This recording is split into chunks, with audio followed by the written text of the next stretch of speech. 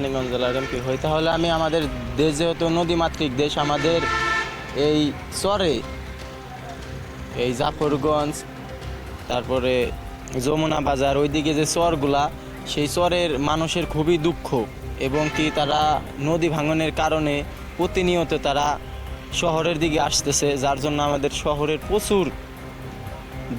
প্রচুর ঝামেলা হইতেছে। মনে করেন যে আপনার যানজট এবং কি মানুষের একটা ঝামেলা।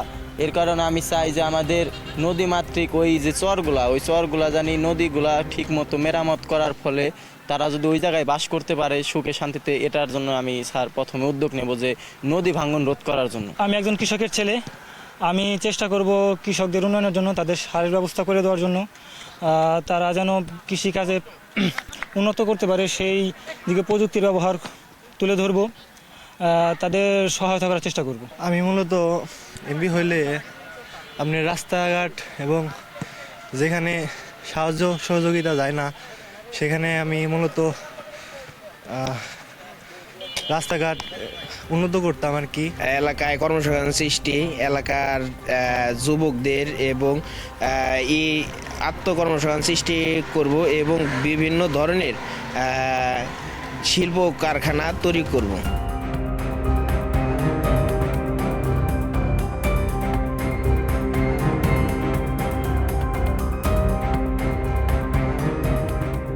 আমি যদি নির্বাচিত হই বা কোনো এমপি হই, মন্ত্রী হই, তাহলে মনে করেন আমার প্রথম পদক্ষেপ থাকবে মনে করেন জনগণের অধিকার সুষ্ঠুভাবে বুঝিয়ে দেওয়া। আর জনগণের মনে করেন যে মৌলিক চাহিদা, এই যে আপনার মনে করেন খাদ্য নিরাপত্তা, চিকিৎসা, তারপরে বাসস্থান, এই ব্যাপারগুলা আমি আগে দেখব। আমি রাস্তাঘাট উন্নয়ন করব, এলাকার উন্নয়ন করব, তারপর গাড়ি গুড়ি শ্রমিক সেক্টর আছে তা দেখব, শিক্ষিত যে লোকজন আছে তার যোগ্যতা অনুযায়ী চাকরি হবে। প্রথমে আমাদের এই যে গিয়রবরঙ্গাইল টাঙ্গাইল যে রোডটা, সেই রোডটার কাজের ব্যবস্থা করে দেব। কৃষি উন্নয়ন যে সারগুলার সমস্যা হচ্ছে, সেসব সার এবারে অনেক দুর্ভোগ হচ্ছে, সারের জন্য অনেক ক্রাইসিস হচ্ছে, কেউ কৃষি কাজ করতে পারে না, এরকম সারের ব্যবস্থা করে দেব। সরকারি যে মূল্য ধারণ আছে সেটার উপরে ভিত্তি করে সেই সার দেব সবাইকে। আর বেকার যারা আছে তাদের কর্মসংস্থা, যেভাবে শিক্ষিত তারা ওইভাবে কর্মসংস্থা দিতে হবে। প্রথম যা করতে চাই সেটা হলো আমার এলাকা আগে দুর্নীতিমুক্ত করতে চাই।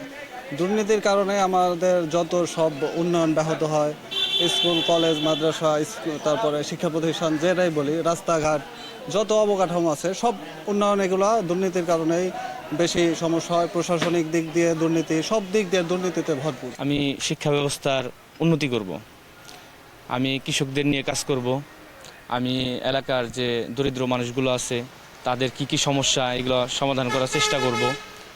তারপর দুর্যোগ যখন আসবে তখন দুর্যোগ মোকাবেলায় যা যা করণীয় আমি তাই করব।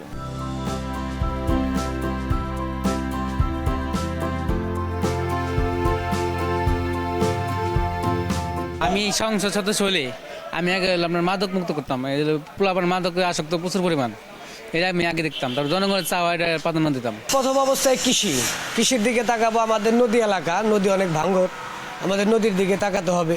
জনগণের উন্নয়নের স্বার্থে আরও অনেক কিছুই কাজ আছে, এগুলো আমাদের নিজ দায়িত্বে করতে হবে।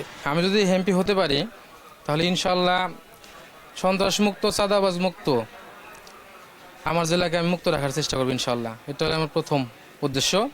আর দ্বিতীয়ত হলো শিক্ষার খাত, চিকিৎসা খাত, এসব বিষয়ে যাতে উন্নয়ন হয় সে বিষয়ে আমি অবশ্যই খেয়াল রাখবো। আমি প্রথমে যদি এমপি হতে পারতাম অবশ্যই আমি মানিকগঞ্জকে মাদক মুক্ত মানিকগঞ্জ বানিয়ে ফেলতাম এবং মানিকগঞ্জের যে রাস্তাঘাট রয়েছে, প্রত্যন্ত অঞ্চলে যে রাস্তাঘাট রয়েছে সেটা সংস্কার এবং মানুষ যেন দ্রুত সময় শিক্ষা এবং যোগাযোগের মাধ্যমে তাদের পণ্য সরবরাহ করতে পারে, সেই জন্য অবশ্যই যোগাযোগ ব্যবস্থা উন্নত করতাম। দেশটা যেন ভালোভাবে চলে এই নিয়ম শৃঙ্খলাটা বজায় রাখতাম।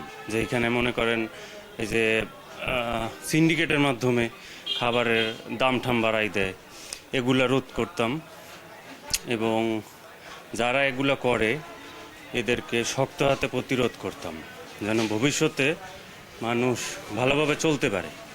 দেশের যেন উন্নতি হয়। আমি যদি এমপি হতে পারতাম সর্বপ্রথম বাংলাদেশের দুর্নীতি মুক্ত করতাম এবং দুর্নীতি দমন করার জন্যে সর্বপ্রথম ভূমিকা রাখেন হচ্ছে প্রশাসন যারা, আমি তাদের উপরে নজরদারি করতাম এবং সর্বপ্রথম আমাদের কৃষক শ্রমিক যারা আছে, যারা গায়ে খেটে আমাদের জন্য অন্ন যোগায় বা এরকম মাঠে ফলাদি চাষবাস করে, এদের উপরে খেয়াল রাখার চেষ্টা করতাম এবং সমগ্র বাংলাদেশ যাতে সুশৃঙ্খলভাবে আইনের আওতায় এবং সঠিক নীতিমালা অনুসারে চলতে পারে, সেই জন্যে যতটুকু করা দরকার আমি সেই দিকে চেষ্টা করতাম ইনশাল্লাহ।